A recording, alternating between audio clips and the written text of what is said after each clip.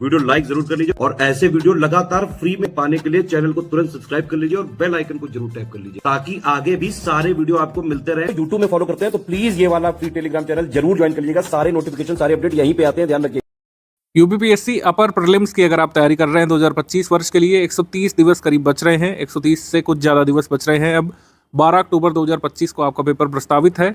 Calendar के हिसाब से 130 दिवस में तैयारी हो सकती है। बिल्कुल प्रीलिम्स की अभी भी आप पूरी तैयारी कर सकते हैं हमारे साथ। हमारा पेड ग्रुप भी शुरू हुआ है 2 जून 2025 से। आप इसमें आकर के पूरी तैयारी कर सकते हैं। पूरी अध्ययन सामग्री आपको प्रीलिम्स की मिल जाएगी। मेंस का भी इसी डेट पर शुरू हुआ है। मेंस की भी तैयारी आप साथ साथ करते हुए चल सकते हैं। ये प्रीलिम्स का स्ट्रैटेजी वीडियो है। जो लोग 2 जून वाले ग्रुप में आ चुके हैं, इस पूरे वीडियो को ध्यान से शुरू से लेकर आखिर तक देखिएगा। अध्ययन सामग्री कैसे मिलेगी, कैसे आपको तैयारी करनी है। स्टडी फॉर सिविल सर्विसेज के स्टडी मटेरियल से, जो आपको 2 फॉर्म में मिलेगा, पीडीएफ स्टडी मटेरियल फॉर्म में और रिकॉर्डेड वीडियो लेक्चर फॉर्म में। उसको कैसे आप तैयार करेंगे कि आप प्रीलिम्स तक अपना पूरा सिलेबस कंप्लीट कर लें, इसके बारे में बात होगी। आइडियली 90 से 100 दिवस आपको केवल और केवल प्रीलिम्स के लिए देने होते हैं। अभी तक प्री मेंस के जो लोग साथ में तैयारी कर रहे थे, अब से कुछ दिवस बाद आपको डायरेक्टली प्रीलिम्स की तैयारी करनी पड़ेगी। तो एक कॉम्प्रिहेंसिव तैयारी कैसे कर सकते हैं आप? कुछ लोगों ने जो है दिसंबर से ही प्रीलिम्स की शुरुआत कर दी थी 2025 के लिए।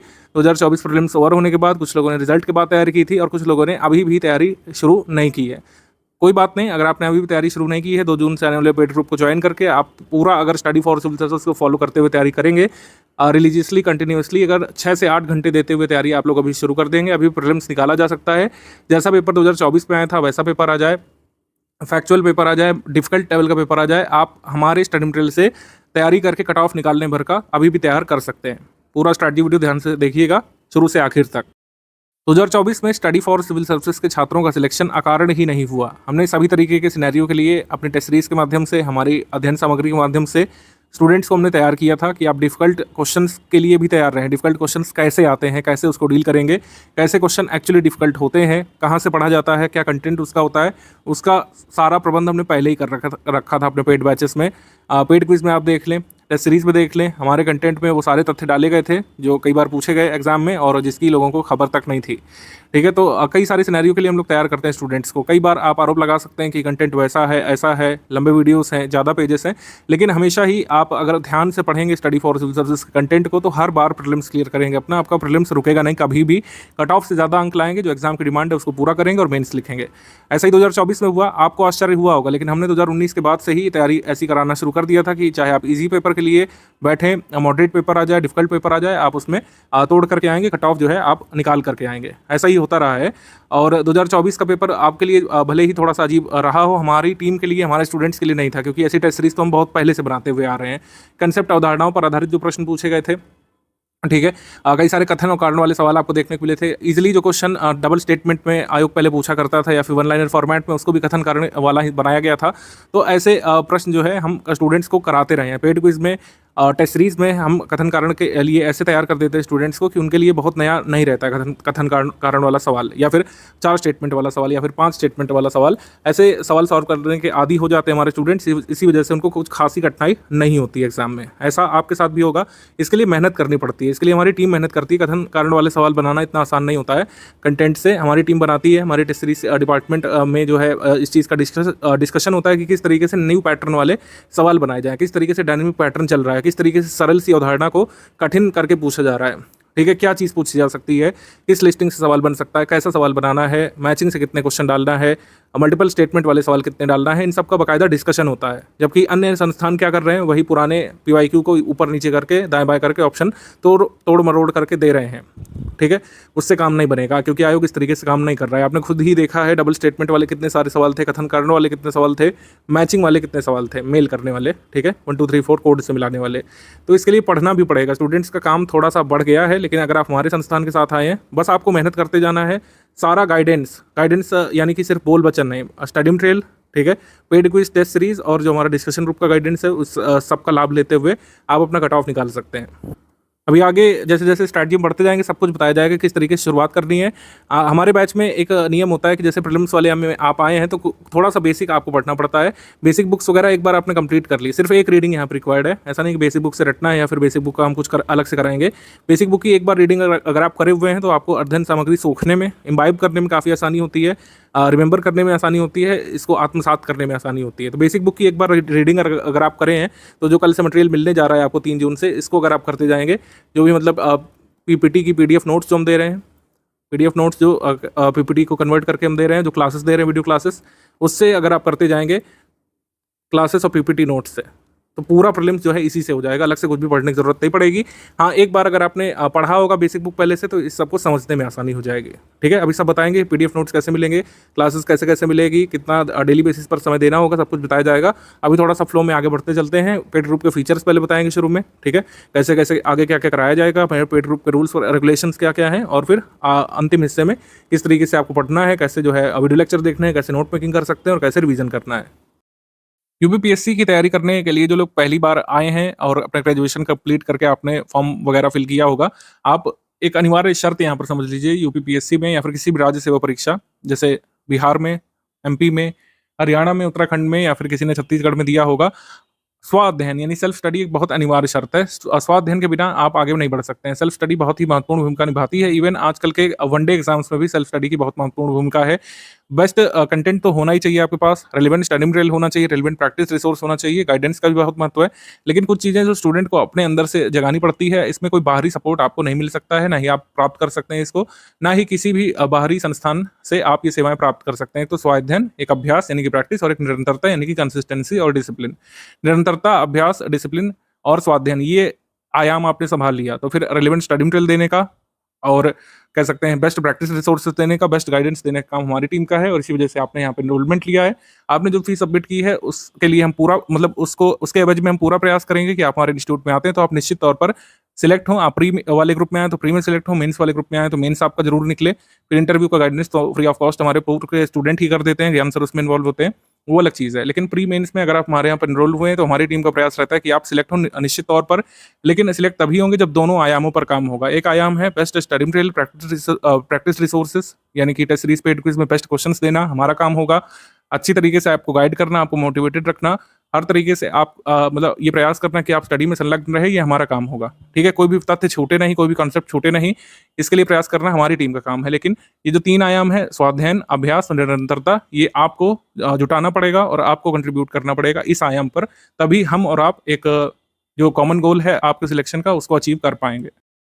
Study for civil services paid group के फीचर्स मैं आपको एक एक करके बता दे रहा हूँ। ये फीचर वेरी कर सकते हैं, जो पैकेज आपने लिया होगा टेलीग्राम में हमारी टीम से, उसके हिसाब से वेरी कर सकते हैं। जैसे फुल पेड ग्रुप है, उसको सारे फीचर मिलेंगे जो हम यहाँ पर बताने जा रहे हैं। ओनली करंट अफेयर वाले पेड बैच में आप तो करंट अफेयर वाले फीचर मिलेंगे। Test series with current affair वाले में तो टेस्ट सीरीज और करंट अफेयर के फीचर मिलेंगे। और ऐसे ही हर ग्रुप के लिए है। जो भी पैकेज आपने लिया होगा और जो कमिटमेंट हमारी टीम ने आपसे किया होगा फी पेमेंट कराने से पहले, वही चीज़ें आपको इस ग्रुप में मिलेंगी। जो फीचर मैं आपको बताने जा रहा हूँ ये फुल पेड ग्रुप पे है, यानी सारे फीचर्स जो एक फुल पेड ग्रुप मेंबर को मिलते हैं वो मैं इसमें बताने जा रहा हूँ। इसको एक बार अच्छे से समझ लीजिए, क्योंकि कई बार आप लोग बार बार पूछा करते हैं। तो इस ग्रुप में डेली करंट अफेयर की पीडीएफ जो है पेड ग्रुप मेंबर्स को मिलती है। फुल पेड वालों को दोपहर 3 से 4 बजे तक आ जाती है। डेली करंट अफेयर का उद्देश्य ये रहता है कि यूपीपीएससी के लिए जितने भी करंट अफेयर आपको पढ़ने चाहिए डेली बेसिस पर, तो आप पढ़ें। आपको कोई न्यूज़पेपर वगैरह पढ़ने की जरूरत नहीं पड़ेगी, किसी अन्य न्यूज़ एजेंसी को फॉलो करने की जरूरत नहीं पड़ेगी, किसी लोकल अखबार को भी नहीं फॉलो करना है, क्योंकि करंट अफेयर जो है उसमें इतने सारे सोर्स लोग बता देते हैं कि कई बार स्टूडेंट का स्टैटिक ही रह जाता है, पूरे साल भर वो करंट अफेयर ही पढ़ता रह जाता है। तो इसका सिंगल सोल्यूशन हमने निकाला है कि सारे तरीके करंट अफेयर जो आपको पढ़ने जरूरी है, चाहे वो डेली करंट अफेयर हो, चाहे prelim specific monthly current affair हो, चाहे उसकी प्रैक्टिस के लिए टॉप 5 रेट क्वेश्चन हम देते हैं। हम लोग 3 तरीके के करंट अफेयर अपने ग्रुप में देते हैं, इसके बारे में पहले समझ लीजिए। तो डेली करंट अफेयर जो है आता है, कभी गैप होता है, जैसे कोई नेशनल हॉलीडे पड़ गया, संडे को नहीं आता है तो नेक्स्ट डे कवर होता है, तो संडे का मंडे को कवर होता है। कोई हॉलीडे पड़ गया, उस दिन कोई इंपॉर्टेंट इवेंट हुआ, कोई नई स्कीम अनाउंस की गई, तो उस हॉलीडे के अगले दिन की न्यूज़ में वो कवर कर लिया जाता है। तो करंट अफेयर डेली बेसिस पर आपको मिलता रहता है। आपको अलग से कोई यूट्यूब चैनल फॉलो करने की आवश्यकता नहीं पड़ती है, कोई टेलीग्राम फॉलो करने की जरूरत नहीं पड़ती है, और खुद से कोई न्यूज़पेपर एनालिसिस पढ़ने की जरूरत नहीं पड़ती है। जो यहाँ पे एक पीडीएफ आएगी बस उसी को कंप्लीट करना है, तो इसका मतलब आपने उस दिन का डेली करंट अफेयर कंप्लीट कर लिया। मंथली करंट अफेयर आता है। मंथली करंट अफेयर में 3 पीडीएफ मिलती है हर मंथ। अब प्री स्पेशल का पीडीएफ मिलता है। प्री स्पेशल पीडीएफ से ही डायरेक्टली एग्जाम में क्वेश्चन आते हैं, तो कई सारे स्क्रीनशॉट हम साझा करते हैं एग्जाम के दिन, वो करंट अफेयर के क्वेश्चन दिखाते हुए कि करंट अफेयर के सवाल जो पूछे गए हैं एग्जाम में वो कहाँ से आए हैं, वो हम प्री स्पेशल वाली करंट अफेयर से ही स्क्रीनशॉट लेकर के आपको शो करते हैं। तो 3 पीडीएफ मिलती है। एक प्री स्पेशल वाली होती है, एक डेली का मंथली कंपाइलेशन होता है। जो डेली करंट अफेयर आता है उसका आप रिवीजन कर सके मेंस के लिए, उसके लिए डेली का मंथली कंपाइलेशन हम लोग देते हैं। जो ओनली स्टडी मटेरियल वाला ग्रुप है उसमें डेली करंट अफेयर नहीं आता है, उसमें डेली का मंथली कंपाइलेशन आता है। तो केवल फुल पेड ग्रुप जो है उनको डेली करंट अफेयर मिलता है, जो ओनली स्टडी मटेरियल वाला ग्रुप है, और जो अन्य ग्रुप है उनको डेली का मंथली कंपाइलेशन जो है मिलता है। ठीक है, डेली बेसिस पर उन ग्रुप्स में करंट अफेयर नहीं आता है, लेकिन monthly current affair pre special वाला सभी को मिलता है। तो प्री स्पेशल नाम ही इसका हमने इस वजह से रख दिया जिससे कंफ्यूजन ना रहे। ये monthly current affair pre special वाला कहलाता है। जैसे कल 4 मार्च है, ठीक है, मतलब सपोज करिए कोई भी दिन है, 4 मार्च है या फिर आगे 4 मई है या फिर जो भी मंथ है, तो हर मंथ की 4 तारीख को आपको पीडीएफ मिल जाती है। 4 मार्च को आपको पूरा 1 फेब से लेकर 28 फेब तक का करंट अफेयर कवर करते हुए आपको पीडीएफ दे दी गई होगी 4 मार्च को। तो ऐसे ही मार्च की करंट अफेयर आपको 4 अप्रैल को मिल जाती है, अप्रैल की करंट अफेयर 4 मई को मिल जाती है। तो हर मंथ की 4 तारीख को आपको पिछले मंथ की total pre special current affair मिल जाया करती है। ये साइकिल आगे भी चलती रहेगी। अप्रैल करंट अफेयर मई में, मई का करंट अफेयर जो है जून में 4 तारीख तक, इस तरीके से आगे आपको मिलता रहता है। डेली का मंथली करंट अफेयर पीडीएफ भी 4 तारीख तक आ जाती है। टॉप 500 और 400 कई बार होते हैं क्वेश्चन, कई बार 550 होते हैं। ये टॉप क्वेश्चंस होते हैं, एमसीक्यू बेसिस पर हम लोग देते हैं। ये 9 तारीख तक ग्रुप में दी जाती है। इसका भी काफ़ी महत्व बढ़ गया है क्योंकि कई सारे फैक्चुअल सवाल जो आते हैं, इस साल जो पेपर हुआ है कई सारे सवाल इसी पीडीएफ पे से भी आए थे। 400-500 एमसीक्यू जो है ये आप प्री स्पेशल के साथ बढ़ते हैं तो प्रीलिम्स के सारे करंट अफेयर के सवाल लगभग आप सॉल्व करने में सक्षम बन जाते हैं। प्री स्पेशल के साथ ही 400-500 सवाल अगर आपने लगा लिए तो प्री के लगभग सारे सवाल, मतलब 98-99% सवाल। और नंबर की बात करें तो अगर 35 सवाल आएंगे आपके एग्जाम में तो आप 32-33 तक करने की स्थिति में आ सकते हैं, यानी कि जितना कट ऑफ मार्क्स जाने वाला है उसका 45% आप ऑलरेडी स्कोर कर लेते हैं इससे। तो काफ़ी बेनिफिशियल होता है हमारा करंट अफेयर। प्री स्पेशल वाला आपको पढ़ना होता है अपने प्रीलिम्स एग्जाम के लिए। बाकी प्री करंट अफेयर में और मेंस का जो ये डेली आता है करंट अफेयर, इसमें क्या महीन अंतर होता है, इसके लिए मैंने पूर्व के ग्रुप में एक वीडियो बनाया था। उस वीडियो को मैं इस हिस्से से इसमें जोड़ दे रहा हूँ जिससे आप डेली करंट अफेयर में और मंथली करंट अफेयर में जो अंतर है स्पष्ट तौर पर समझ जाएं। दोनों तरीके करंट अफेयर एक पीडीएफ की उपयोगिता क्या है इसको समझ जाएं। फिर हम लोग आगे बढ़ते हैं। यूपीपीएससी 2025 के प्रीलिम्स ग्रुप में अगर आप आ गए हैं तो ये समझिए कि डेली करंट अफेयर और मंथली करंट अफेयर में क्या अंतर होता है। स्ट्रैटेजी में मैं कई बार ये चीज़ क्लियर कर चुका हूँ, लेकिन कई बार डाउट अलग अलग से आ रहे हैं तो मैं आपको बता रहा हूँ डेली करंट अफेयर और मंथली करंट अफेयर में क्या डिफरेंस होता है। स्टडी फॉर सिविल सर्विस का जो डेली करंट अफेयर होता है वो 5-6 पेजेस डेली बेसिस पर आपको मिलते हैं। जैसे न्यूज़पेपर आप लोग स्टडी करते हैं तो वैसे ही इसको मानिए न्यूज़पेपर का सब्स्टिट्यूट है ये। जितना भी जानकारी आपको चाहिए क्या हो रहा है डेली बेसिस पर, कैसे कैसे सीक्वेंस ऑफ इवेंट हो रहे हैं, कोई नई स्कीमें अनाउंस हो रही हैं, नई घटनाक्रम हो रहे हैं, सुप्रीम कोर्ट में कोई नया केस आ रहा है, आपके सिलेबस से जो चीज़ें जरूरी जुड़ी हुई हैं वही यहाँ पे बताई जाती हैं। आपने देखा होगा न्यूज़ प्योरली जो है सिलेबस बेस्ड होती है, उसमें लिखा भी रहता है कि न्यूज़ जो है मेंस पेपर के GS1 के लिए जरूरी हो सकती है, GS2 के लिए, GS3 के लिए, कई बार GS4 वाली न्यूज़ भी हम लोग देते हैं समय समय पर। अब मेंस के लिए इसका रेलेवेंस ज़्यादा रहता है क्योंकि मेंस के जीएस सिलेबस के हिसाब से आपको दिया जाता है। प्रीलिम्स का और मेंस का जो सिलेबस है आपने देख ही लिया होगा स्ट्रैटेजी में, काफ़ी अलग तरीके का होता है और क्वेश्चन पूछे जाने का तरीका, पूरा पेपर ही अलग तरीके का है। प्रीलिम्स क्या है, जीएस पेपर 1 ऑब्जेक्टिव पेपर है, जबकि मेंस सब्जेक्टिव पेपर, इसी वजह से इन्फॉर्मेशन यहाँ पे ज़्यादा चाहिए। आपने देखा होगा किसी भी इन्फॉर्मेशन का 360 डिग्री एनालिसिस उसमें दिया रहता है। कोई न्यूज़ हुई, कोई कोर्ट केस आया, उसका क्या सिग्निफिकेंस है, हिस्टोरिकल बैकग्राउंड क्या है और आगे की राह क्या हो सकती है, ये भी उसमें बताया जाता है। तो इसलिए डेली करंट अफेयर आपको पढ़ने के लिए कहा जाता है कि आप केवल रटे नहीं, रट के तो आप प्रीलिम्स वाला कर लेंगे, मंथली करंट अफेयर रट करके प्रीलिम्स में मैक्सिमम क्वेश्चन आप निकाल लेंगे, लेकिन मेंस भी तो देना है ना। क्या मेंस नहीं देना है? प्रीलिम्स हमारी मंजिल नहीं है, मैं बार बार कहता रहता हूँ। सिर्फ प्रीलिम्स क्लियर करने के लिए आप नहीं स्टडी करते हैं। लॉन्ग टर्म स्टडी जो लोग करते हैं, जो सीरियस स्टडी करते हैं, वो मेंस क्लियर करके सिलेक्शन लेने वाली स्टडी करना चाहते हैं। तो मेंस के लिए रेलिवेंस जो आपका डेली करंट अफेयर उसका ज़्यादा है, प्रीलिम्स के लिए लो सिग्निफिकेंस हम लोग कह सकते हैं।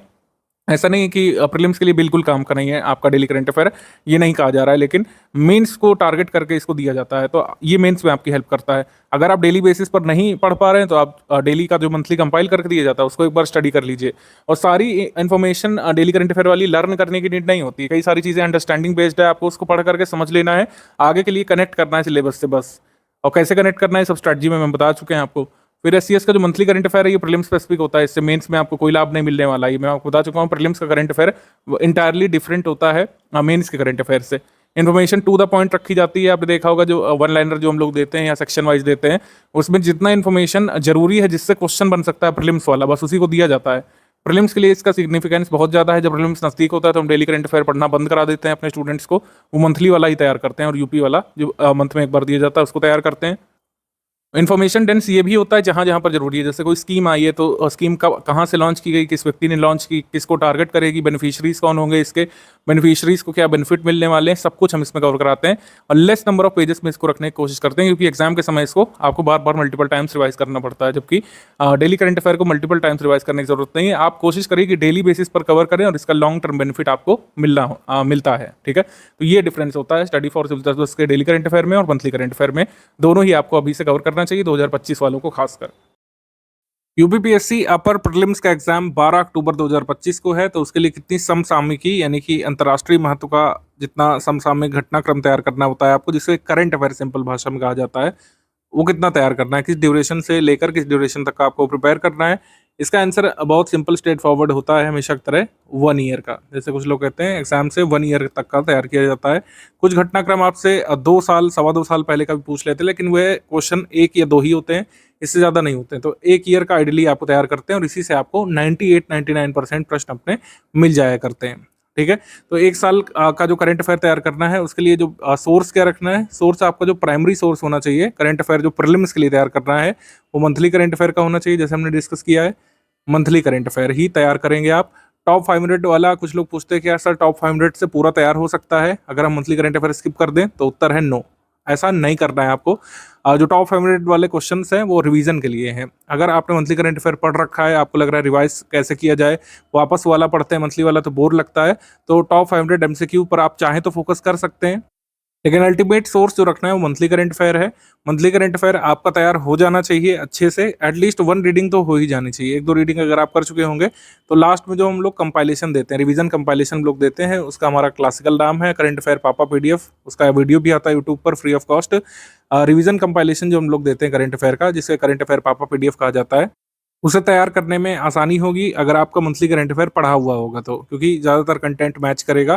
करंट अफेयर अगर आप एक कह सकते हैं क्रम से पढ़ते हुए आ रहे होंगे, चाहे पीछे से शुरू करें चाहे आगे से, चाहे जो आप शुरू कर लें अक्टूबर से, अक्टूबर 2024 से, चाहे आप शुरू कर लें इस साल से, जब से आपने ग्रुप ज्वाइन किया होगा उस साल से शुरू कर लें, उस मंथ से, चाहे आप पीछे शुरू कर लें। अगर आप क्रम से समसामयिकी पढ़े होंगे तो जो करंट अफेयर का रिवीजन कंपाइलेशन हम लोग देंगे उसको इम्बाइब करने में आसानी हो जाएगी। अगर आप नहीं पढ़े होंगे तो थोड़ा सा ज़्यादा मेहनत इसमें करना पड़ेगा। मतलब कुल मिलाकर बात ये, करंट अफेयर जितना भी आना है एग्जाम में, प्रीवियस ईयर क्वेश्चन को अगर एनालाइज किया जाए तो करंट अफेयर के 32 से 35 सवाल तक आ सकते हैं। अगर उत्तर प्रदेश करंट अफेयर को इसमें जोड़ दें हम लोग, तो 32 से 35 सवाल जितने भी आने हैं उसका पूरा आपको स्टडी मटेरियल हमारे यहाँ पर ही मिल जाएगा। मंथली पीडीएफ तैयार करना है आपको, इसके लिए मंथली पीडीएफ तैयार करने के बाद जो करंट अफेयर का कंपाइलेशन रिवीजन वाला हम लोग दे देंगे, जैसे करंट पापा पीडीएफ कह रहे हैं, तो उसको तैयार करने के बाद आप ऐसी स्थिति में होंगे तो मान लीजिए कि 32 सवाल आ जाते हैं करंट अफेयर के सब मिला करके, तो 29 से 31 सवाल करने की स्थिति में आप हो चुके होंगे। ये दावा नहीं कर रहा हूं मैं, ये खोखली बातें नहीं है, ऐसा कई बार हम लोग कर चुके हैं, ये हर साल होता है। हमारी टीम साल भर मेहनत करती है, मंथली करंट अफेयर तैयार करती है, करंट अफेयर कंपाइलेशन तैयार करती है और उससे हर बार क्वेश्चन आ जाते हैं एग्जाम में। और ये चैलेंज भी होता है हर साल यूपीपीएससी के ऊपर कि वो ऐसे पेपर बनाए कि स्टडी फॉर सिविल सर्विसेज का करंट अफेयर ना फंसे, लेकिन ऐसा अभी तक तो नहीं हुआ है। तो करंट अफेयर के कंपाइलेशन पर आप पूरी तरीके से रिलाई कर सकते हैं। मंथली पीडीएफ की 1 रीडिंग एक बार रिकमेंडेड है जरूर, करंट अफेयर को आखिरी के लिए नहीं रखिए, कभी भी ऐसा नहीं करना होता है, क्योंकि जो टेस्ट सीरीज वगैरह होगी उसमें भी करंट अफेयर के सवाल होंगे। करंट अफेयर के मंथली जो कह सकते हैं हमारे पीडीएफ है, उसका एक बार अगर आपने रीडिंग किया होगा तो जो कंपाइलेशन हम लोग देंगे करंट अफेयर का पापा देंगे हम लोग, पापा रिवीजन पीडीएफ, उसको तैयार करने में आसानी हो जाएगी आपको और मैक्सिमम सवाल करने की स्थिति में होंगे। क्योंकि लास्ट में काफ़ी हौच पौच होता है, आप जीएस तैयार करेंगे कि करंट अफेयर रिवाइज करेंगे कि बारीकियां सुधारेंगे, किसी साइड की तरफ ध्यान देंगे, तो कोशिश करिए कि एक बार मंथली पीडीएफ पढ़ी हो, तो जो लास्ट में कंपाइलेशन हम लोग देंगे उसको रटना, तैयार करना या फिर कह सकते हैं इम्बाइब करना आसान हो जाएगा। करंट अफेयर डेली वाला मंथली वाला किस तरीके से अलग है एक दूसरे से, और सभी तरीके करंट अफेयर की उपयोगिता क्या है, सब हमने आपको समझा दिया है। अब डाउट क्लियरेंस के बारे में बात कर लेते हैं। डाउट क्लियरेंस का support full paid group members को ही मिलता है, क्योंकि जो फुल पेड ग्रुप के मेंबर्स होते हैं वो 3 ग्रुप में ऐड किए जाते हैं। फुल पेड ग्रुप मेंबर्स को हम 3 ग्रुप में ऐड करते हैं, एक तो स्टडी मटेरियल वाला ग्रुप होता है और एक डाउट क्लियरेंस वाला ग्रुप होता है। डाउट क्लियरेंस ग्रुप में आप अपने डाउट्स पूछ सकते हैं। डाउट कैसे डाउट, कुछ लोग पूछते हैं सर क्या पूछ सकते हैं उसमें, आप उसमें स्टडी मटेरियल संबंधी कोई डाउट पूछ सकते हैं। यूपीपीएससी अपर प्रीलिम्स सिलेबस के दायरे में जो भी चीज़ आती है उससे संबंधित आप डाउट पूछ सकते हैं। मेंस के डाउट यहाँ पे नहीं बताए जा सकते हैं। प्री संबंधित कोई भी डाउट आप यहाँ पर पूछेंगे उसको ज़रा भी मना नहीं किया जाएगा, और जब तक आप समझ नहीं जाते जिस हद तक, उस हद तक समझाने का प्रयास हमारी एडमिन टीम करती है। आप कोई कंसेप्ट नहीं सोच पा रहे हैं, कोई फैक्चुअल जानकारी आपके नहीं समझ में आ पा रही है, किसी पीवाईक्यू में फंस रहे हैं, किसी कंसेप्चुअल पार्ट में फंस रहे हैं, किसी फैक्चुअल पार्ट में आपको डाउट है चौरी चौरा कांड की एग्जैक्ट डेट क्या है, आपको डाउट है कि रॉलेट एक्ट कब आया था, रॉलेट सत्याग्रह कब हुआ था, उसका सिग्निफिकेंस क्या है, जो व्यक्तिगत सत्याग्रह हुआ था वो क्यों हुआ था, उसका सिग्निफिकेंस क्या है, आपको ज्योग्राफी में कोई कंसेप्ट नहीं समझ में आ रहा है, कोई जलवायु नहीं समझ में आ रही है, मानसून की अवधारणा नहीं समझ में आ रही है, जो भी सिलेबस में आता है वो आप पूछ सकते हैं। इसमें प्रीलिम सिलेबस संबंधित कोई भी डाउट यहाँ पर रख सकते हैं, उसको बताया जाता है और विद इन 6 आवर्स बताया जाता है। ये टाइम लिमिट हमारी टीम ने डिसाइड की है विद इन 6 आवर्स, यानी 6 आवर्स की मैक्सिमम लिमिट है आपको डाउट बताए जाने की। 6 घंटे तक आप वेट करेंगे, आपको डाउट का रिप्लाई दिया जाएगा, लेकिन इसका मतलब ये नहीं कि सारे डाउट 6 घंटे बाद बताए जाएंगे। ये मैक्सिमम टाइम लिमिट है, किसी भी हाल में 6 घंटे के भीतर तो डाउट सॉल्व किया ही जाएगा। लेकिन अगर आप दिन के समय में वर्किंग आवर्स में पूछेंगे तो जरा भी वेट नहीं करना पड़ता है, 2-2 4-4 मिनट की फ्रीक्वेंसी पर कई बार तुरंत ही आपको अपने डाउट का रिप्लाई मिल जाता है। तो जिन लोगों ने फुल पेड ग्रुप ज्वाइन किया उनको 3 ग्रुप से जोड़ा जाता है। तो डाउट क्लियरेंस वाला ग्रुप हो गया, एक स्टडी मटेरियल वाला ग्रुप हो गया जिसमें daily current affair, monthly current affair, आगे जो प्रीलिम स्पेसिफिक स्टडी मटेरियल आएगा वो मिलता रहता है, स्पेशल पीडीएफ मिलती हैं, स्कीम्स की पीडीएफ और भी कई सारे स्टडी मटेरियल की पीडीएफ उस स्टडी मटेरियल वाला ग्रुप में मिलती है। मान लीजिए आपने सिर्फ जो है करंट अफेयर का स्टडी मटेरियल ज्वाइन किया है तो करंट अफेयर से संबंधित स्टडी मटेरियल मिलेगा, स्टैटिक का उसमें नहीं मिलेगा। तो इसी तरीके से स्टडी मटेरियल ग्रुप एक होता है, स्टडी मटेरियल ग्रुप, और एक होता है doubt clearance group. Doubt clearance group सिर्फ फुल पेड ग्रुप मेंबर्स के पास होता है, ठीक है। और क्विज ग्रुप होता है, क्विज ग्रुप में क्विज कराई जाती है, आप उसमें क्विज अटेम्प्ट करते हैं। क्विज ग्रुप में कोई स्टडी मटेरियल नहीं डालते हम लोग, क्विज ग्रुप में कई बार ऑडियो मैसेज हम लोग डालते हैं अगर हमको कोई कॉमन मैसेज हमारे पेड ग्रुप मेंबर्स को देना होता है। तो हमारा सिस्टम इसी तरीके से वर्क करता है। काफ़ी सारे लोग फैमिलियर भी हैं जो पहले ज्वाइन कर चुके हैं कि आपको ग्रुप में ज्वाइन करते ही सबसे पहले स्ट्रैटेजी वीडियो देखना पड़ता है, जो आप ऑलरेडी देख रहे हैं। स्ट्रैटेजी वीडियो शुरू से आखिर तक देखना पड़ता है। सारे डाउट जो आपके मन में उत्पन्न हो सकते हैं, कैसे पढ़ें सर, कैसे शुरुआत करें, डेली कितना पढ़ें, कैसे स्टडी हमारी आगे जाएगी, 3 स्टेज की स्ट्रैटेजी क्या है, सारी चीज़ें इसमें बताई जाती हैं। फिर पेड ग्रुप में स्टडी मटेरियल वाला वीडियो देखना पड़ेगा आपको, वो मैं पहले ही रिकॉर्ड कर लेता हूँ पहले ग्रुप के क्रिएशन के साथ ही, और वही आगे बढ़ता रहता है क्योंकि उसमें बेसिक बातें बताई जाती है, किस तरीके से आपको पीडीएफ ओपन करना है, किस तरीके से आप जो है पीडीएफ सेंड कर सकते हैं अपने पर्सनल डिवाइस में, कैसे प्रिंट कर सकते हैं पीडीएफ को, क्विज कैसे अटेम्प्ट की जाती है, पीडीएफ ओपन कैसे की जाती है, शेयर कैसे की जाती है, डाउनलोड कैसे की जाती है, सारी चीज़ें उसमें बताई जाती हैं। टेलीग्राम फीचर्स, उसमें बेसिकली कुछ टेक्निकल क्लरिकल बातें बताई जाती हैं। पेड ग्रुप में स्टडी मटेरियल कैसे देखे वाली वीडियो में स्ट्रैटेजी वगैरह नहीं बताई जाती, कैसे एग्जाम क्लियर करना है, ये सब ये हम फर्स्ट वीडियो में ही बता देते हैं। तो दोनों वीडियोस देखने के बाद आप अपनी स्टडी रिज्यूम कर सकते हैं। तो डाउट क्लियरेंस ग्रुप लगातार चलता रहता है आपके पेड ग्रुप में जुड़ने के साथ ही। लेकिन हमने एक नई चीज़ शुरू की है, एक बार यूपीपीएससी स्पेसिफिक लाइव डिस्कशन भी हम लोग करते हैं, और जब जब जरूरी समझते हैं इसको करते हैं। मंथ में एक बार तो मैंडेटरी करते ही है, अदरवाइज जब जब नेसेसरी होता है इसको हम लोग शुरू करते हैं। इनिशिएट करने के बाद आपको एक मैसेज जाता है टेलीग्राम में और आप उसको लाइव ज्वाइन कर सकते हैं। आप एडमिन से डायरेक्टली डाउट पूछ सकते हैं उसमें। अगर आप बिजी हैं, नहीं भी ज्वाइन कर पाए, कोई मैंडेटरी नहीं है कि आपको ज्वाइन करना ही है या फिर हम इसमें कोई स्टडी मटेरियल साझा करते हैं, ऐसा नहीं है। हम सिर्फ इसमें डिस्कशन करते हैं। जब भी सूटेबल टाइम पर आपको नोटिफिकेशन पहले से बता दिया जाता है कि कब शुरू होगा लाइव, उसमें जुड़ करके आप एडमिन से डायरेक्टली बातचीत करके अपने डाउट क्लियरेंस कर सकते हैं। आप स्ट्रैटेजी संबंधित कोई डिस्कशन कर सकते हैं, कोई आपका पर्सनल डाउट है, स्टडी संबंधी डाउट है, कोई पूछ सकते हैं उसमें, या फिर एक एजेंडा हम लोग उसमें प्री डिसाइड कर लेते हैं, उस पर बातचीत कर सकते हैं हम लोग। तो पार्टिसिपेशन मैंडेटरी नहीं है। आप बिजी हैं, आप ऑफिस में हैं, आप हाउसवाइफ हैं, नहीं सुन दे सकते हैं, तो आपको उसकी रिकॉर्डिंग मिल जाएगी सेशन की, आप उसको सुन सकते हैं बाद में। यूपी का मंथली करंट अफेयर भी हम लोग देते हैं। देखिए 2024 वाले में कोई भी सवाल नहीं आया यूपी करंट अफेयर से, ऐसा नहीं है कि आगे भी नहीं आएगा। प्रीवियस ईयर एनालिसिस कहती है कि यूपी करंट अफेयर भी जरूरी होता है, 2-3 प्रश्न इससे पहले आ जाया करते थे। 2024 में नहीं पूछा तो इसका आशय ये नहीं है कि आगे भी नहीं पूछेंगे। 2024 के बाद का जो एग्जाम है, जैसे 2025 में एग्जाम होगा, 26 में, और बल्कि तो मेंस के लिए तो जरूरी है ही। तो मेंस के लिए तो यूपी करंट अफेयर पढ़ना ही है। तो यूपी करंट अफेयर की पीडीएफ भी रेगुलरली हम लोग देते हैं, ठीक है। प्री मेंस दोनों के लिए जरूरी है यूपी स्पेशल की पीडीएफ करंट अफेयर की जो आती है, ये हर मंथ में 12 या 13 तारीख को आपके ग्रुप में मिल जाती है। उसको लगातार पढ़ते हुए चलना है आपको। प्री में नहीं काम आएगा तो मेंस में आएगा, कहीं ना कहीं वो करंट अफेयर काम आता ही है। CSAT के लिए भी कुछ कुछ इनिशिएटिव हमारे चलते रहते हैं, जैसे 50 क्वेश्चन की प्रैक्टिस हम लोग इसमें कराते रहते हैं। उसका डाउट क्लियरेंस आप करा सकते हैं। डाउट क्लियरेंस वाले ग्रुप में हम आयोग और उनके ऑफिशियल सिलेबस के फॉलोअर हैं। ये ज्ञान सर को आपने कहते हुए सुना होगा, उसी को सर ने यहाँ पे लिख भी दिया। जो ऑफिशियल सोर्सेज माने जाते हैं उसी को हम फॉलो करते हुए अपना स्टडी मटेरियल डेवलप करते हैं, अपने प्रैक्टिस रिसोर्सेज को डिजाइन करते हैं। NCERT, PIB, मिनिस्ट्री की रिपोर्ट्स वगैरह हो गए, miscellaneous data, budget, economic survey, सभी जो ऑफिशियल टेक्स्ट होते हैं जिसको सरकार रिकग्नाइज करती है और आयोग भी रिकग्नाइज करने के लिए बाध्य है, उन्हीं सब चीज़ों से हम लोग पढ़ाते हैं, ठीक है। हम लोग पुराने घिसे पिटे सोर्सेज PYQ वगैरह का नहीं यूज़ करते हैं, जिनको बार बार अपडेट करने की जरूरत होती है, लेकिन लोग करते नहीं है, हम करते हैं एक्चुअली, क्योंकि इस बार भी आप देखेंगे कई सारे लोग क्लेम कर रहे हैं कि 12-14 तक क्वेश्चन गलत हैं, वो एक्चुअली गलत हैं, उन लोग को ऑफिशियल सोर्सेज से ही पता है। जो क्वेश्चन गलत है वो भी मैंने डिस्कस किए थे वीडियो की शुरुआत में, 1 और 2 क्वेश्चन आप बढ़ा लीजिए, 3-4 क्वेश्चन से ज़्यादा डाउट नहीं है। मतलब 3-4 क्वेश्चन से ज़्यादा इस बार भी डाउटफुल नहीं है, 2023 में भी नहीं थे, 2022 में भी नहीं थे, 3-4 से ज़्यादा डाउटफुल होते ही नहीं है कभी। तो हम जो क्या काम करते हैं, ऑफिशियल सिलेबस को फॉलो करते हुए और आयोग जिन सोर्सेज को मानता रहा है उनको फॉलो करते हुए हमारा कंटेंट बनाते हैं, इसीलिए हमारा कंटेंट फुल प्रूफ होता है। कई बार लोगों को कन्फ्यूजन भी होती है, उसको हम लोग क्लियर कर देते हैं।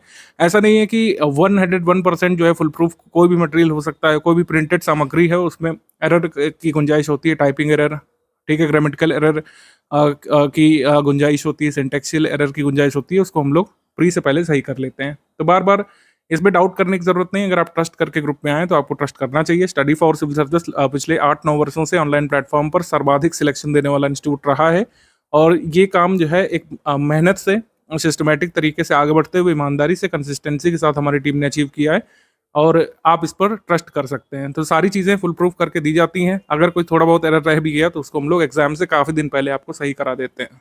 हम आपसे एक रिक्वेस्ट जरूर करेंगे कि हमारा ऑनलाइन प्लेटफॉर्म है, थर्ड पार्टी ऐप पर चलता है टेलीग्राम पर, तो टेलीग्राम के बेसिक फीचर्स क्या है उसको समझ लीजिए। कई बार आपकी फाइल डाउनलोड नहीं होती है या उसमें डाउनलोडिंग शुरू नहीं होती है या फिर डाउनलोड होने के बाद खुलती नहीं है, तो इसका सिंपल सोल्यूशन है, कैश मेमोरी वाले सेक्शन पे जाइए आप, डेटा एंड स्टोरेज सेटिंग में, तो कैश मेमोरी आप क्लियर कर लेंगे तो फिर से पीडीएफ डाउनलोड होने लगेगी, ओपन होने लगेगी। टेलीग्राम को अनइंस्टॉल करके फिर से लॉगिन कर लीजिए अगर टेलीग्राम आपका अच्छे से नहीं चल रहा है आपके डिवाइस में।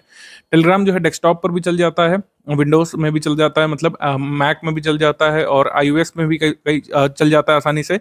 iOS में अगर टेलीग्राम ऑपरेट अगर आप करेंगे तो मैं रिकमेंड करूंगा कि उसका वेब वर्जन यूज़ करिए, ठीक है। टेलीग्राम का नेटिव ऐप यूज़ करने की जगह उसका वेब वर्जन यूज़ करेंगे तो ज़्यादा फायदे में रहेंगे, उसमें ज़्यादा फीचर्स हैं और क्रैश भी कम होता है। तो आईफोन या आईपैड या फिर और भी कोई डिवाइस अगर आप एप्पल द्वारा बनाए गए यूज़ करते हैं तो टेलीग्राम के वेब वर्जन का इस्तेमाल करिएगा, मेरा रिकमेंडेशन रहेगा इसमें। ग्रुप में ज्वाइन करते ही आपको जो सबसे पहला मैसेज देखना चाहिए वो पिंड कमेंट में देखना चाहिए। पिंड कमेंट में जो है सारी चीज़ें दी रहती हैं। सबसे पहले स्टार्ट वीडियो का लिंक, फिर पेड ग्रुप में स्टडी मटेरियल कैसे देखें का लिंक दिया रहता है, फिर स्टेप बाय स्टेप मैसेज का लिंक दिया रहता है। कई सारे जरूरी लिंक उसमें गिवन रहते हैं। उसको रिपोर्ट स्पैम नहीं करना है आपको और वहाँ पर जो क्रॉस लिख करके आता है उसको क्रॉस पर क्लिक मत करिएगा, वरना पिंड मैसेज आपका रिमूव हो जाएगा वहाँ से, फिर आपको दिक्कत होती है। ये जो पॉइंट नंबर 11 है इसको अच्छे से समझ लीजिए। R&D यानी रिसर्च एंड डेवलपमेंट आपको नहीं करना है, आपको यहाँ पर पढ़ना है, स्ट्रैटेजी फॉलो करना है, हमारे स्टडी मटेरियल को फॉलो करना है। कितनी बार लगातार हम लोग प्रूफ दे चुके हैं, पिछली बार मैंने बताया था, जिन लोगों ने माना उनका सिलेक्शन भी हुआ है। ये सिर्फ जितना दिया जा रहा है उतना पढ़ाई कर रहे हैं आपको और आपका कट ऑफ निकल जाएगा। फालतू में R&D करेंगे आप, अपना टाइम वेस्ट करेंगे और जो बहुमूल्य समय आप व्यतीत कर सकते थे स्टडी मटेरियल को पढ़ने में, वो समय धीरे धीरे चला जाता जाएगा। तो जो भी क्वेश्चन हम कराएंगे, जो भी टेस्ट सीरीज में सवाल हम पूछेंगे, हमारे स्टडी मटेरियल में जो भी डायग्राम वगैरह आगे बना होगा वो बिल्कुल अच्छे से स्टडी करके ही बनाया गया है, ये बात मन में बैठा लीजिए। मैंने कहा सिंटेक्शियल एरर हो सकती है, ग्रामेटिकल एरर हो सकती है, ठीक है, फैक्चुअल एरर होने की गुंजाइश बहुत ही कम होती है, स्पेलिंग एरर हो सकती है, उसको हम लोग सही करा देते हैं। R&D आपको नहीं करना है और गूगल भी आपको नहीं करना है। हर चीज़ गूगल से चेक करने वाले लोग जो होते हैं, जो फर्स्ट टाइमर्स होते हैं, उनके साथ बड़ी समस्या रहती है। वो हर चीज़ गूगल करना चाहते हैं जबकि गूगल पर सही रिजल्ट नहीं आता है। गूगल SEO पर काम करता है, सर्च इंजन ऑप्टिमाइजेशन पर। कोई भी पुरानी साइट जिसका SEO ऑप्टिमाइज्ड है वो रिजल्ट पहले शो होता है, तो इसका मतलब ये नहीं कि वो सही डेटा है। भारत में आयरन ओर के रिजर्व में टॉप पर कौन है, इस समय सर्च करिए, आपको हर जगह अलग अलग डेटा मिलेगा।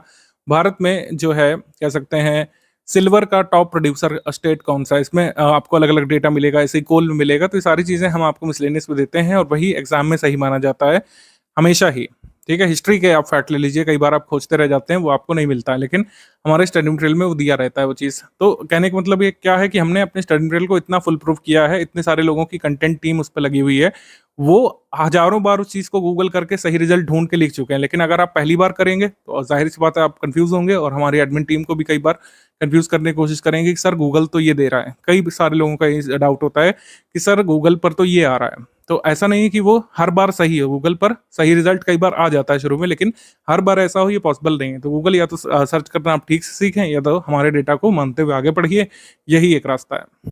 जो लोग फर्स्ट टाइमर्स हैं उनके साथ ये भी समस्या रहती है कि वो सारे सवाल सॉल्व करना चाहते हैं, जबकि एग्जाम की डिमांड ये नहीं है। इस बार कट ऑफ कितना गया, जैसे मैंने बताया 76 से 79 क्वेश्चन के बीच सभी का हो गया, लेकिन टोटल क्वेश्चन कितने आते हैं? 150। चलिए मान लेते हैं कि 2-4 इसमें डिस्प्यूटेड भी है, लेकिन 146 से 147 क्वेश्चन में आपको जो है 51-52% ही सही क्वेश्चन निकालने, नेगेटिव मार्किंग का इफेक्ट हटा करके, 1/3 की नेगेटिव मार्किंग है, तो इसको निगेट करके आपको 76 से 79 के बीच पहुंचना है। तो इसका मतलब है काफी सारे क्वेश्चन आपको एग्जाम में छोड़ने भी पड़ेंगे। सारे क्वेश्चन के सही आंसर निकालना आयोग आपसे उम्मीद नहीं करता है। मतलब आयोग का कह सकते हैं डिमांड ही नहीं है कि ऐसा कोई कैंडिडेट हो जो प्री में हम उसी को सिलेक्ट करेंगे जो 150 में 149 सवाल सही करेगा। ऐसा तो क्राइटेरिया नहीं है, आपको सिर्फ कट ऑफ निकालना है, ठीक है। तो मेंस के लिए जो है आपको लगता है प्रीलिम्स क्लियर करने के बाद आंसर राइटिंग वगैरह शुरू करना है, तो इतना ऑब्सेस्ड मत हो जाइएगा किसी फैक्ट से, किसी भी विषय से। कई सारे लोग मैंने देखा है, बहुत अच्छे स्टूडेंट होते हैं, लेकिन कई बार वो ऑब्सेस हो जाते हैं किसी विषय से कि इस विषय के सारे सवाल हम आयोग के पेपर में सही करके आएंगे, जबकि ऐसा हो ही नहीं सकता है। मैं आपको बता रहा हूँ, आप कितने बड़े स्कॉलर हो अपने सब्जेक्ट के, हिस्ट्री के हो, ज्योग्राफी के हो, पॉलिटी के हो, पॉलिटिकल साइंस के हो, साइंस के हो, इवन आप सारे सवाल नहीं निकाल पाएंगे। एक तो कारण ये होता है कि सारे सवाल तो सही होते भी नहीं, कुछ क्वेश्चन तो गलत भी होते हैं। तो सारे सवाल ना करने हैं, ना सारे सवाल सही होते हैं, ना ही सारे सवाल सही करना एग्जाम की डिमांड है। तो सारे सवाल नहीं सही करना है, लेकिन आपको उस नंबर तक पहुंचना है, वो कट ऑफ नंबर कहते हैं उसको, जिससे आपको मेंस का टिकट मिलेगा। बस यही आपकी स्ट्रैटेजी होनी चाहिए प्रीलिम्स की तैयारी के समय। तो पेड ग्रुप को सिर्फ ज्वाइन करना काफी नहीं है, सारे अपडेट्स फॉलो करने पड़ेंगे। सारे अपडेट्स का मतलब है जो आगे स्टडी मटेरियल दिया जाएगा उसको फॉलो करना है, जो अभी प्रेजेंट में दिया जा चुका है। प्रेजेंट में शुरुआत बेसिक से करनी है, अभी आगे 3 स्टेज स्ट्रैटेजी आप सुनिए, उसमें पता लगेगा बेसिक से कैसे शुरुआत करनी है, कौन सी बुक से।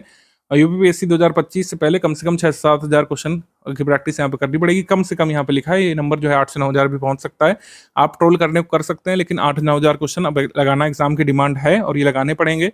प्रैक्टिस रिसोर्सेज का मतलब है स्टडी फॉर सिविल सर्विस की पेड क्विज, हमारा पीवाईक्यू कंपाइलेशन जो हमारी टीम ने छांट के क्वेश्चन जो है उसमें डाले हैं, पुराने क्वेश्चन में से छांट करके जो जरूरी हैं, रिलेवेंट क्वेश्चन अभी भी हैं, जो आपको एग्जाम में हेल्प कर सकते हैं, सिर्फ वो वाले क्वेश्चन हमारी टीम ने सिलेक्ट किए हैं, बस उसको लगाना है। स्टडी फॉर सिविल सर्विसेज की फ्रेश टेस्ट सीरीज और स्टडी फॉर सिविल सर्विसेज के एमसीक्यू बैंक जो मिलेंगे, बस उसी को सॉल्व करना है, इसी से पूरी नैया पार लग जाएगी कट ऑफ की।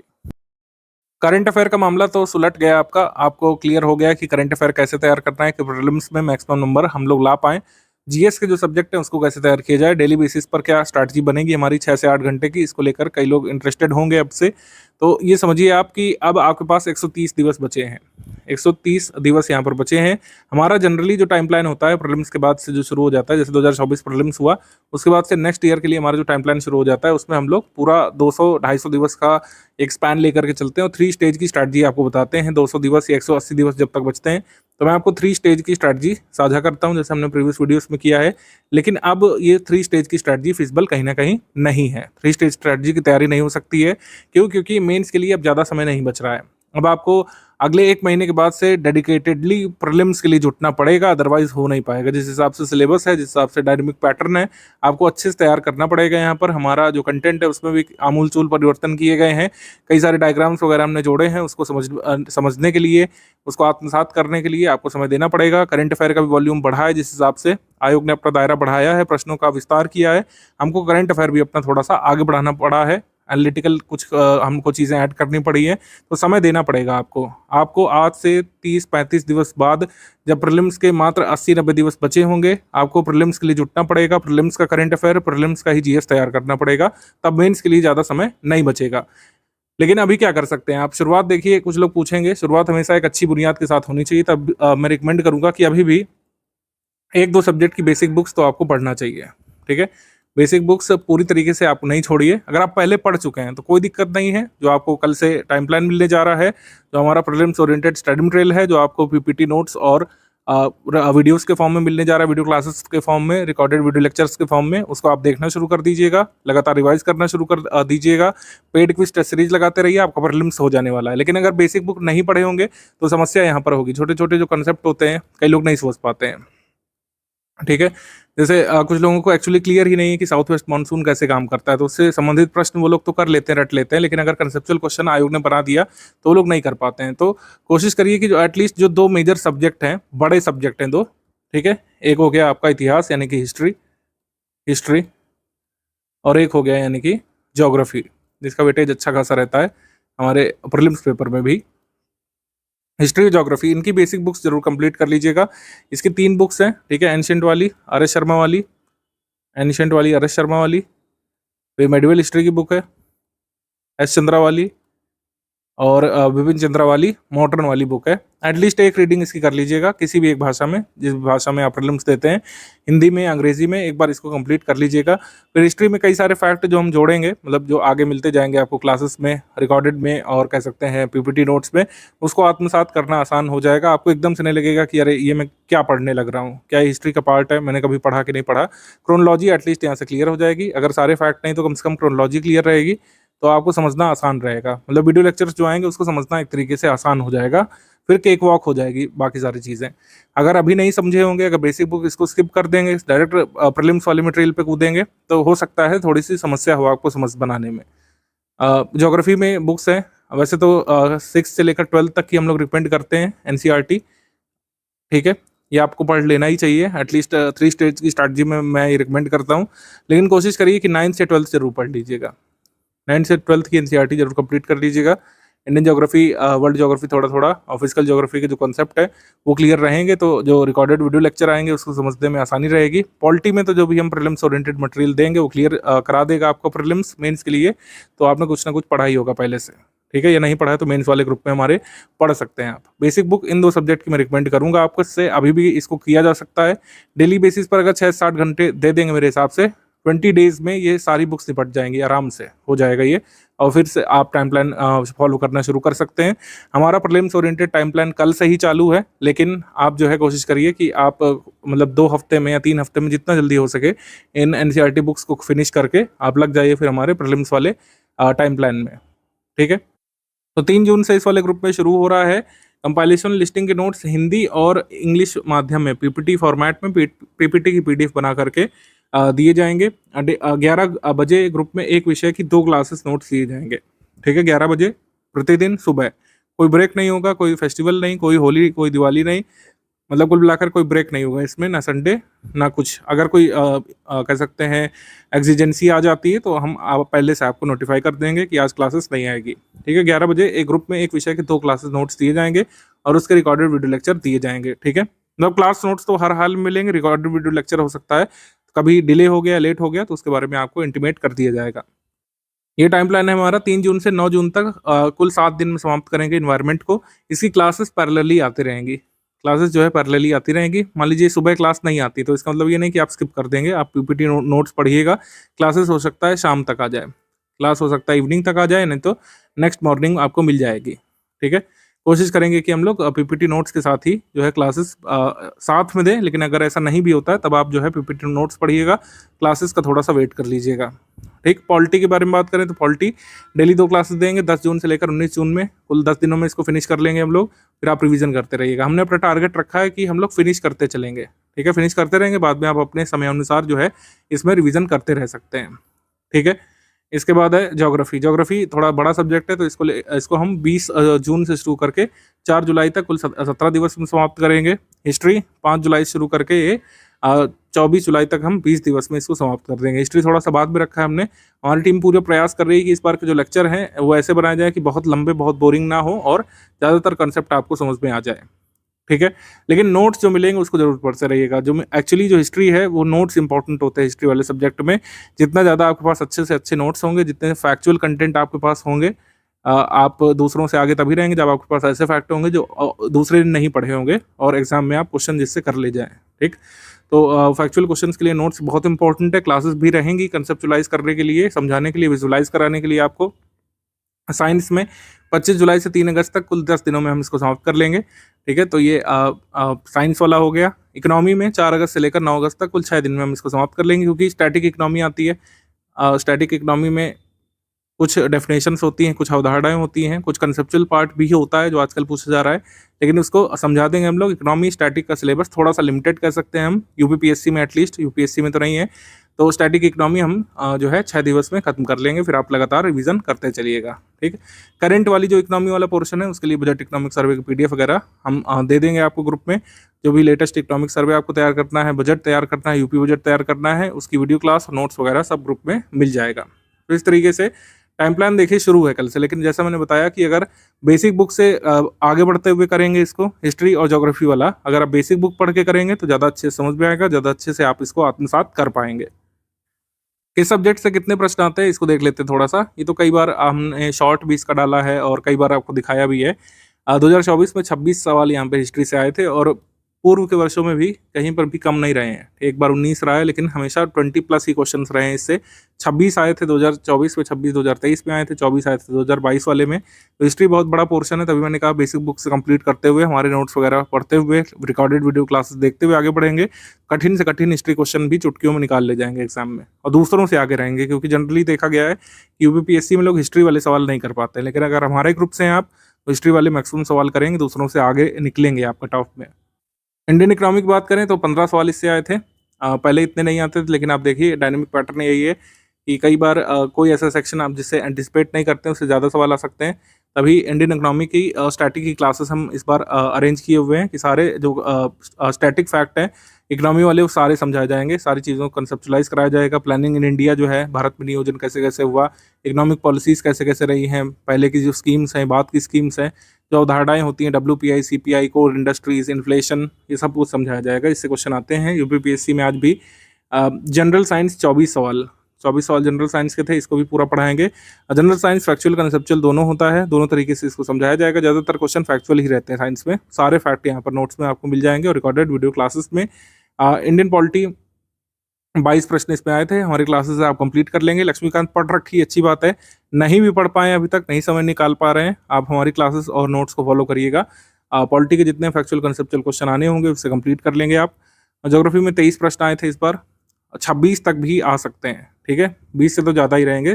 ज्योग्राफी में अच्छी खासी तैयारी लगती है यहाँ पे। ज्योग्राफी का सिलेबस काफ़ी बड़ा है, काफ़ी विशाल है, काफ़ी एक्सटेंडेड है, तो इसको कवर करने के लिए समय भी देना पड़ेगा। कंसेप्चुलाइज भी कराएंगे हमारे टीचर्स आपको वीडियो क्लासेस में, अच्छे समझ में आएगा आपको। जितना एग्जाम की रिक्वायरमेंट है उतना अच्छे से समझा देंगे। हमारी क्लासेस टाइम वेस्ट करने वाली क्लासेस नहीं है, आपको मैं बता दूँ कि कोई लाइव क्लास नहीं है, इसी वजह से रिकॉर्डेड वीडियो लेक्चर वाला फॉर्मेट हमने रखा है, रिकॉर्डेड वाला। ये सब कुछ पहले ही यहाँ पर हमने रिकॉर्ड कर लिया है, एक बार एरर प्रूफ भी कर लेते हैं, क्योंकि कई बार लाइव में संभावना रहती है कि टीचर ने कुछ गलत बोल दिया। हमारी क्लासेस जो रहती हैं वो प्रूफ रीड होकर के आती हैं, मतलब क्लासेस एक बार रिकॉर्ड होती है, एक बार हमारी टीम उसको चेक करती है बाकायदा कि हाँ सब सही बताया गया, उसमें कोई जैसा अनयूजुअल पॉज तो नहीं है, उसमें कोई ऐसा जो है यौन तो नहीं है, उसमें कोई उसमें गलत फैक्ट तो नहीं चला गया है। बाकायदा एडिट होता है वीडियो, कोई गलत फैक्ट तो नहीं चला गया, जैसे स्पेलिंग ही गलत हो गई थी तो कोई गलत तो चीज़ नहीं बता दी गई है, कोई नॉन अपडेटेड फैक्ट तो नहीं दे दिया गया है। मान लीजिए रिकॉर्डेड वीडियो लेक्चर जो है अपलोड हो गया, ठीक है, कोई उसमें अगर अपडेट है, ठीक है, जैसे मान लीजिए रिकॉर्डेड वीडियो लेक्चर अपलोड हुआ 27 तारीख को, अगले महीने की 7 तारीख को अपडेट आ गया कि एक नेशनल पार्क बढ़ गया, तो उसको हम लोग नए मंथ के करंट अफेयर में शामिल करते हैं, बल्कि अलग से भी आपको इंटीमेट कर देते हैं, ठीक है, इंटीमेट कर देते हैं, मतलब बता देते हैं, नोटिफाई कर देते हैं आपको कि आप क्लियर रखिए हर चीज़, ठीक है। कोई भी अपडेट होता है वो हम कर देते हैं आगे से आगे, लेकिन स्टैटिक पढ़ाते समय सारी उस समय तक अपडेटेड चीज़ें आपको दी जाती हैं, ठीक है। तो कोई भी टाइम वेस्ट आपका होगा नहीं। ऐसा नहीं सोचिए कि आप दूसरे किसी इंस्टीट्यूट से कंपेयर करें कि सर उन्होंने तो फंडामेंटल राइट जो है 14 दिन तक खींचा था, ऐसा हमारे यहाँ पर नहीं होता है। फलां टीचर ने तो वर्ल्ड ज्योग्राफी जो है 75 दिन तक पढ़ाया था, हमारे यहाँ पर ऐसा नहीं है। जितना यूपीपीएससी के लिए ज्योग्राफी की डिमांड है, चाहे वर्ल्ड ज्योग्राफी हो, चाहे इकोनॉमिक ज्योग्राफी हो, चाहे ह्यूमन ज्योग्राफी हो, जितना एग्जाम की डिमांड है उसको हम लोग कंप्लीट करा देंगे लिमिटेड स्टिपुलेटेड टाइम फ्रेम में, जिससे आप रिवाइज भी कर सकें। मतलब इतनी लेंथ होती है क्लासेस की, आप उसको एक और बार देख सकते हैं एग्जाम से पहले, और क्लास नोट से तो रिवाइज कर ही सकते हैं। वर्ल्ड ज्योग्राफी को मैप्स के माध्यम से समझाया जाएगा, ब्यूटीफुली अच्छे समझाया जाएगा, ल्यूसिडली समझाया जाएगा। जितना एग्जाम की रिक्वायरमेंट है उस हद तक मैप का भी प्रयोग करेंगे हम लोग, ग्राफ का प्रयोग करेंगे। कई सारे डायग्राम तो हमने स्टडी मटेरियल में इस बार डाले ही हैं। एनवायरमेंट इकोलॉजी से 6 प्रश्न आए थे, ठीक है। यूपी करंट अफेयर से एक ही था, लेकिन ये बढ़ सकता है क्योंकि पूर्व के वर्षों में 8 तक आए हैं, तो इस बार भी इस पर फोकस रहेगा। हम लोग ये नहीं करेंगे कि पिछले साल नहीं आए तो इस साल पढ़ेंगे नहीं, इस साल भी अच्छे से पढ़ेंगे और एग्जाम में क्वेश्चन अगर इससे आ जाएगा तो सही भी करेंगे क्वेश्चन को। करंट अफेयर के लिए मैंने पहले ही बता दिया है क्या सोर्स रहेगा और कितने क्वेश्चन आ सकते हैं इससे। मिसलेनियस के 3 प्रश्न आए थे, लेकिन पूर्व के वर्षों में 20 तक, 12 तक, 16 तक आए हैं, तो मिसलेनियस भी इस बार हमने अच्छे से अपडेट करके दे दिया है ग्रुप में। आप उसको लगातार पढ़ते रहिए। मिसलेनियस का जो अपडेट है वो 1 मंथ तक भी बदलने के चांस रहते हैं। जैसे 12 अक्टूबर का पेपर है, सितंबर 15 तारीख तक भी कुछ डेटा ऐसा हो सकता है बदल जाएगा, तो सितंबर 15 तक या सितंबर 10 तारीख तक जो है, 10 या 15 तारीख तक जो भी अपडेट होगा वो हम ग्रुप में प्रोवाइड कर देंगे आपको कि जो है कोल प्रोड्यूसर में अब भारत जो है सेकंड नहीं है, थर्ड है, या फिर जो भी मतलब ऐसा कोई अपडेट होता है। सब्जियों के प्रोडक्शन में स्टेट आगे आ गया है, दूध के प्रोडक्शन में अभी ये स्टेट को ओवरटेक कर चुका है। ऐसे जो छोटे छोटे अपडेट्स होते हैं, न्यूएंसेस होते हैं, वो हम अपडेट कर देंगे आपको। एग्जाम से 20-21 दिवस पहले तक का डेटा रिवाइज करा देंगे। अभी तक का तो जो दिया जा चुका है उसको रिवाइज करिए। कोई भी अपडेट होता है तो उसको एग्जाम से 21 दिवस पहले हम लोग क्लियर कर देते हैं। ये हमारा रूटीन है। जो लोग पहले से ग्रुप ज्वाइन करें, मतलब पहले के वर्षों में अगर आपने ज्वाइन किया किसी एग्जाम के लिए, तो आपको पता है कि स्टडी फॉर सिविल सर्विसेज बहुत प्रोफेशनली काम करता है, प्रोफिशिएंटली हर चीज़ को अपडेट करते हैं हम लोग, और एक निश्चित समय पर सारे अपडेट आप तक पहुंच जाते हैं। कई बार हमारे इंस्टीट्यूट के बहुत जेन्युइन एफर्ट्स को भी क्वेश्चन किया गया है, और उनमें से एक है कि क्या 9-10 हज़ार सवाल लगाना जरूरी है 150 क्वेश्चंस वाले स्टेट पीसीएस के पेपर को करने के लिए यूपीपीएससी में। तो मैं आपको बता दूं, जिस हिसाब से पेपर आ रहे हैं, चाहे आप पेपर ले लीजिए 2024 वाला या फिर इससे पहले जो कैंसिल्ड पेपर है आरओ वाला, इन दोनों को आप लोग देख लीजिए बिना 9-10 हज़ार सवाल लगाए, क्योंकि सिलेबस बड़ा है इस वजह से 9-10 हज़ार। कोई हमको नंबर नहीं अचीव करना है यहाँ पर, क्वांटिटी से मतलब ही नहीं है। जिस हिसाब से पेपर आ रहा है उसकी डिमांड को पूरा करने के लिए, हमको कट ऑफ निकालने की डिमांड को पूरा करने के लिए 9-10 हज़ार क्वेश्चन लगाने ही पड़ेंगे, क्योंकि बड़ा सिलेबस है। छोटा सिलेबस होता तो 2-3 हज़ार क्वेश्चन से भी काम हो जाता। अब जैसे ल्यूपिक्स मिशन से ये 2 स्टेटमेंट वाला प्रश्न पूछा गया था, इसमें कई सारे लोग कंफ्यूज हुए हैं और उन लोगों ने जो है गलत किया है इसको। ज्यादातर लोगों ने इस प्रश्न को डी लगाया था, और काफी सारे लोग हताश भी हुए थे इसको ध्यान से पढ़ने के बाद। आपको आते हुए प्रश्न गलत होते हुए देखने को मिलेंगे, कई सारे, एक नहीं कई सारे प्रश्न आपको लगेगा एग्जाम हॉल में बाहर आने पर कि ये तो मैंने गलत कर दिया, जबकि मैं इसको सही कर सकता था। ऐसे में आप बेवकूफ हैं, ऐसा कुछ नहीं है। आपने प्रैक्टिस कम करी है। जब आप प्रैक्टिस कम करते हैं, ऐसी चीजों में मिस करते हैं, आयोग बनाता ही ऐसा पेपर है कि प्रैक्टिस ना करने वाले लोग जो है छट जाएं, उनके क्वेश्चन गलत हों। आप डायरेक्टली जो है संवाद कर रहे होते हैं एक तरीके से पेपर को अटेम्प्ट करते समय एग्जाम बोर्ड से, ठीक है। वो एक्चुअली होता नहीं है, मतलब आयोग का बोर्ड आपके सामने नहीं है, उनका बनाया हुआ क्वेश्चन पेपर आपके सामने है, वो आपका पूरा टेस्ट वहां पे कर लेते हैं। लूनर पोलर एक्सप्लोरेशन मिशन जो है ल्यूपेक्स मिशन चर्चा में था, सबने पढ़ाया भी इसको, सब बढ़िया रहा इसमें। भारत जापान के बीच ये संयुक्त चंद्र मिशन था, ये सबने पढ़ाया। लेकिन ज्यादातर इंस्टीट्यूट्स ने पहली बात तो ये फैक्ट मिस किया कि लैंडर कौन डेवलप कर रहा है, रोवर कौन डेवलप कर रहा है। हमने इसको पूरा पढ़ाया था, लेकिन कई हमारे छात्र भी इसको गलत करके आए जो लोग प्रैक्टिस नहीं किए थे। जब आप प्रैक्टिस नहीं करते हैं तो आप जो है पूरे स्टेटमेंट को ध्यान से पढ़ने का मन नहीं बनाते हैं, आप इसकी तैयारी में ही नहीं होते हैं। कुछ लोगों ने इसको देखा कि अच्छा हाँ जाक्सा शामिल है, लैंडर है, रोवर है, इसरो है, जाक्सा है, तो इसको सही कर दिया, जबकि गलत है। इस पे ध्यान से पढ़िए। लैंडर विकसित करने के लिए जाक्सा जिम्मेदार है, ये रॉन्ग स्टेटमेंट है। लैंडर तो इसरो को बनाना है, रोवर डेवलप करना है जाक्सा को, जापान स्पेस एक्सप्लोरेशन एजेंसी को जो है बनाना है, ठीक है, रोवर, ठीक है। लैंडर किसको डेवलप करना है, इसरो को डेवलप करना है। यहाँ पे उल्टा लिखा हुआ है, तो इस वजह से ये स्टेटमेंट जो है रॉन्ग हो जाता है। आंसर यहाँ पर सी होगा। ये जिन लोगों ने प्रैक्टिस की है उनका नहीं गलत हुआ था, जिन लोगों ने प्रैक्टिस नहीं की उनका ये सवाल गलत हुआ। कई बार ऐसा हुआ है कि स्टडी फॉर सिविल सर्विस ने कई सारे क्विज क्वेश्चन पूछे, ठीक है। कई बार ऐसे ऐसे क्वेश्चन हमको देखने को मिले हैं कि हमने जो है 4 सवाल पूछे आपसे पेड क्विज ग्रुप में, उन 4 को मिलाकर के एक प्रश्न आपके सामने एग्जाम में आ गया। ऐसा ही एक प्रश्न ये था। इसमें east Indian association, national Indian association, Indian society, Indian association, इनको हमने प्रैक्टिस कराया कई बार। अब इनको क्रोनोलॉजी में लगाने के लिए पूछ लिया, तो जब तक आपने प्रैक्टिस नहीं करी थी आप यहाँ पे फंस जाते। आपको इंडिविजुअली पूछा जाता तो हो सकता है आप ऑप्शन सेलिब्रेट कर लेते, लेकिन जब इस तरीके का प्रश्न आता है तो प्रैक्टिस का बहुत महत्व बढ़ जाता है। अगर आपने इनकी प्रैक्टिस नहीं की तो आप इसको निश्चित तौर पर क्रोनोलॉजी में नहीं लगा पाते। अन्य भी क्रोनोलॉजी के सवाल आए थे, वो ऐसे ही थे कि आपको प्रैक्टिस की हुई होनी चाहिए। कुछ प्रश्न तो ऐसे होते हैं जिसमें मेरा मानना है कि बिना अभ्यास के आप नहीं कर सकते थे, कितनी पढ़ाई आपने की हो, कितना भी डेप्थ में उस टॉपिक को पढ़ा हो, जब तक आपने वैसे प्रश्नों का अभ्यास ना किया हो तब तक आप नहीं कर सकते थे। उनमें से एक प्रश्न ये आया था 2024 वाले प्रीलिम्स में, सतत विकास की अवधारणा को ब्रिटलैंड रिपोर्ट द्वारा लोकप्रिय बनाया गया था। ये कथन जो है सही है। सेकंड यहाँ पे कहा गया है कि ब्रिटलैंड रिपोर्ट को विकास की सीमाओं या फिर लिमिट टू ग्रोथ के रूप में जाना जाता है। अब यहाँ पर 2 चीजें हैं, या तो आपको पता हो कि ब्रिटलैंड रिपोर्ट द्वारा सतत विकास को जब बताया गया था तो किस रिपोर्ट में बताया गया था, वो रिपोर्ट का नाम आर कॉमन फ्यूचर था, आर कॉमन फ्यूचर था। या तो ये फैक्ट आपको पता होता तब आप इसको एलिब्रेट कर लेते, या तो आपको ये पता होता कि लिमिट टू ग्रोथ रिपोर्ट जो है, ये जो है ब्रिटलैंड रिपोर्ट नहीं थी, ये एक्चुअली अलग रिपोर्ट थी, 1972 में आई थी, और ये क्लब ऑफ रोम की रिपोर्ट थी, क्लब ऑफ रोम, ठीक। तो इस तरीके से आप कर सकते थे इसको, अगर दोनों में से कोई एक तथ्य आपको पता होता। और इन सभी तथ्यों की प्रैक्टिस हमारी पेड क्विज में कराई गई थी, हमारी टेस्ट सीरीज में कई बार इनसे क्वेश्चन पूछा गया। ऐसे ही माल्थूसियन थ्योरी वाला, जिसने अच्छे से समझा होगा, माल्थूसियन थ्योरी पर हमने बकायदा एक वीडियो दिया था पेड क्विज ग्रुप में, जिससे क्वेश्चन आया। ग्लोबल साउथ ग्लोबल नॉर्थ का कंसेप्ट बताते हुए मैंने एक वीडियो दिया था क्विज ग्रुप में, जिसमें डायरेक्टली क्वेश्चन आया। मैंने पूरा उसमें मैप से समझाया था कि ग्लोबल नॉर्थ कौन सा है, ग्लोबल साउथ कौन सा है, ऑस्ट्रेलिया और इंग्लैंड को ग्लोबल नॉर्थ मानेंगे या फिर ग्लोबल साउथ मानेंगे, सब उसमें बताया आपको। कुछ सवालों में एलिमिनेशन मेथड वर्क कर जाता है, लेकिन एलिमिनेशन करने के लिए भी आपको प्रैक्टिस होनी चाहिए। इब नदी घाटी जो है ये कहाँ पड़ेगी? इब नदी महानदी की सहायक नदी है, तो जाहिर सी बात है ओडिशा में पड़ेगी। अगर इतना भी यहाँ पर कंसेप्ट आपका क्लियर हो गया होता तो आप इसमें एलिमिनेट कर ले जाते। ठीक, हमारा आंसर क्या हो जाएगा इसमें? हमारा आंसर इसमें हो जाएगा सी।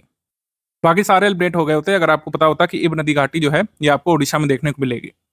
हमारे स्टडी मटेरियल में भी ऐसा नहीं है कि सारे तथ्य नहीं मिलेंगे, लेकिन वही मैंने कहा कि जब तक प्रैक्टिस नहीं होती है, चाहे आपने कितनी बार उसको सही पढ़ा हो, गलत करने की संभावना हमेशा बनी रहती है। क्योंकि आयोग आप देख रहे हैं किस तरीके से इन क्वेश्चन को ऊपर नीचे कर, इन ऑप्शंस को ऊपर नीचे कर रहा है। पहले क्या होता था कि पहले ये होता था कि ए और आर दोनों सही, आर ए की सही व्याख्या कर रहा है, वो ए में दिया रहता था, लेकिन इसको कहीं पर बी में दे रहे हैं, कहीं पर डी में दे रहे हैं, कहीं पर सी में दे रहे हैं, तो इससे आप कंफ्यूज होते ही हैं।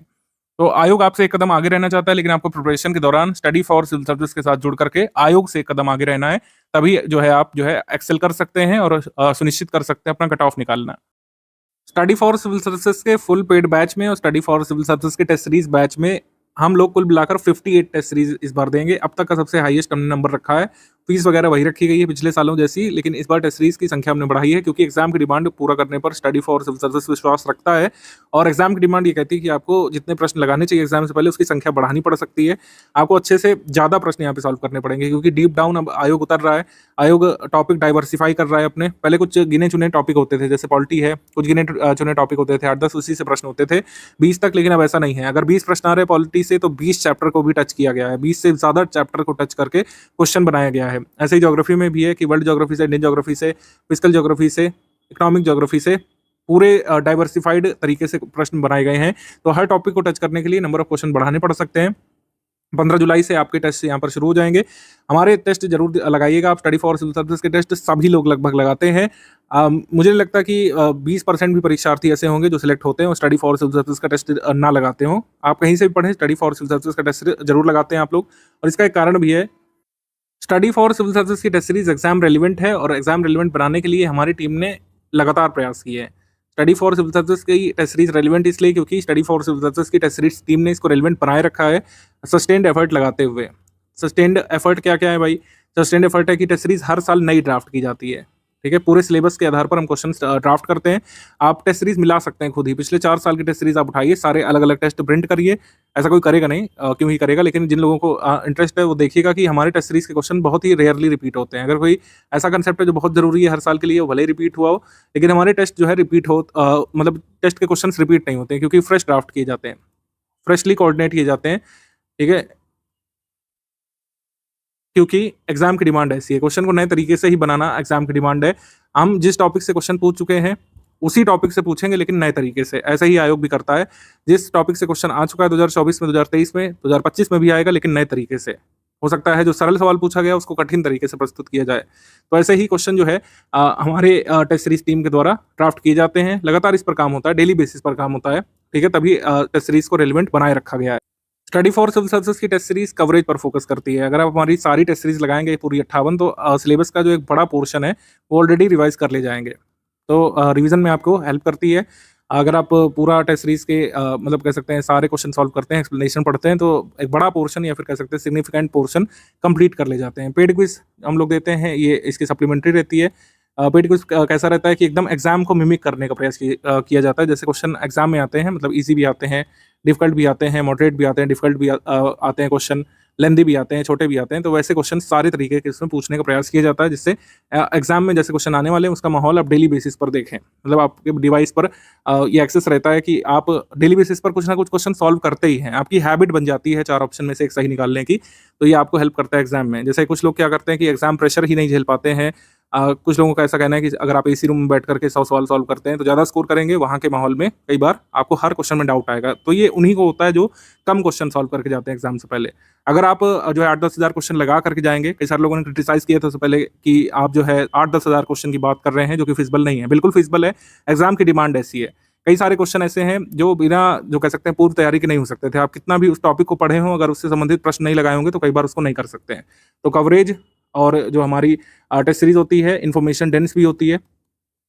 इन्फॉर्मेशन डेंस इस वजह से रखा जाता है क्योंकि कई बार एक टॉपिक को बहुत डेप्थ तक पूछा जा रहा है। पहले ऐसा नहीं होता था, लेकिन एक ही टॉपिक को उठा करके बहुत डेप्थ तक कई सारी चीज़ें पूछ लेते हैं। तो ऐसा माहौल तैयार किया जाता है टेस्ट सीरीज के माध्यम से कई बार आपके सामने वैसे क्वेश्चन आते हैं जिसमें बहुत घुस करके चीज़ें पूछी गई हो, तो आपका एक माइंडसेट बन जाता है कि अगर हाँ, हम एक टॉपिक पढ़ रहे हैं, मान लीजिए मनसबदारी तैयार कर रहे हैं, तो मनसबदारी के बारे में कोई भी डिटेल मिस ना करें, कि ये भी पूछ सकता है आयोग, ये भी स्टेटमेंट बना सकता है, ये भी असर्शन रीजन पूछ सकता है, ये आपके दिमाग में रहता है, जिससे आपका रिवीजन मजबूत होता है। तो ये सब पॉलिटीज एंड टेस्ट सीरीज की, स्टडी फॉर सिविल सर्विसेज की, इसी वजह से आपको स्टडी फॉर सिविल सर्विसेज की टेस्ट सीरीज सॉल्व करनी चाहिए।